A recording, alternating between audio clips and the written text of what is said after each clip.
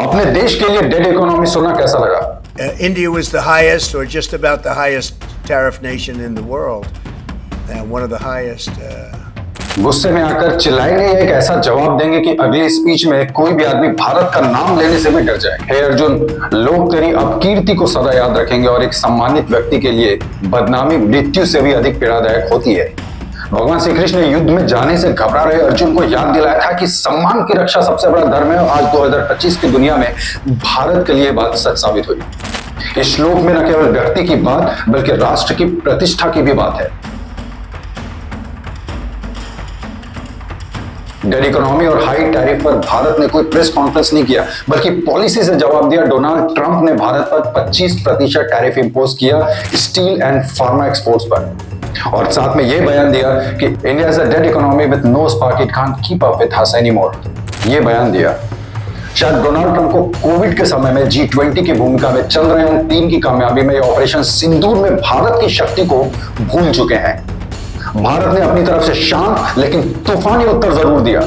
WTO में documented answer किया, violation of international trade norms बताया, अमेरिका के कॉटन, आलमंड्स और कॉर्न सिरप पर 22% का टैक्स लगाकर काउंटर टैरिफ किया, और 2 महीने में 14 बायलैटरल टॉक्स जिसमें जापान, ब्राजील, एशिया से नए समझौते किए गए। $3.2 बिलियन का FDI सिर्फ 45 दिनों में ज्यादा बढ़ा दिया इंडिया ने ट्रंप की टिप्पणी के बाद। किसी का शोर आपकी चुप रणनीति से हार सकता है, लेकिन तभी जब आप आत्मनिर्भर होंगे।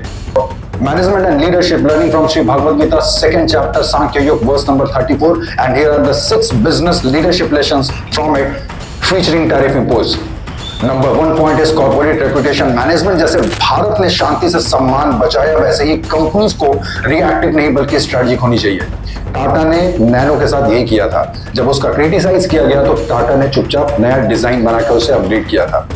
Second point is brand image. Trump की बातों से भारत की ग्लोबल इमेज तो नहीं गिरी, क्योंकि दशकों से भारत की क्रेडिबिलिटी हाई रही। ब्रांड रोज नहीं बनता, एक पूरी की पूरी जनरेशन लग जाती है ब्रांड बनाने में। The third point is crisis communication. बिना चिल्लाए हुए भारत ने प्रेस और डिप्लोमेसी से मैसेज दिया कि we are stable and you can't harm us. Crisis में शांत लेकिन क्रिस्टल क्लियर कम्युनिकेशन सबसे इंपॉर्टेंट टूल होता है।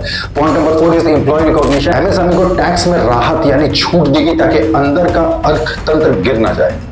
अपने एम्प्लॉय को समझने वाली कंपनी लॉन्ग टर्म में सक्सेसफुल होती है।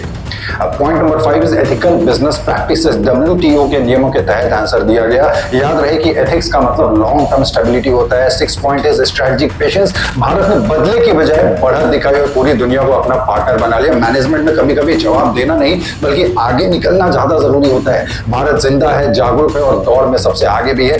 FDI $88 बिलियन से $91.38 बिलियन हो गया। मैन्युफैक्चरिंग ग्रोथ 6.1 से बढ़कर 6.7% हो गया। स्टार्टअप यूनिकॉर्न 116 से बढ़कर 122 हो गए। अगर आपने इस वीडियो से सीखा कि रणनीति और आत्मविश्वास से कोई भी इंसल्ट को इंस्पिरेशन में बदला जा सकता है, तो इस वीडियो को शेयर करें ताकि दुनिया को समझ में आए कि भारत जवाब देता नहीं बल्कि दिखाता है। हमारे चैनल को सब्सक्राइब कर सकते हैं आप, अगर भगवद गीता के सारे वर्स से आप मैनेजमेंट एंड लीडरशिप सीखना चाहें। मिलते हैं अगले वीडियो में।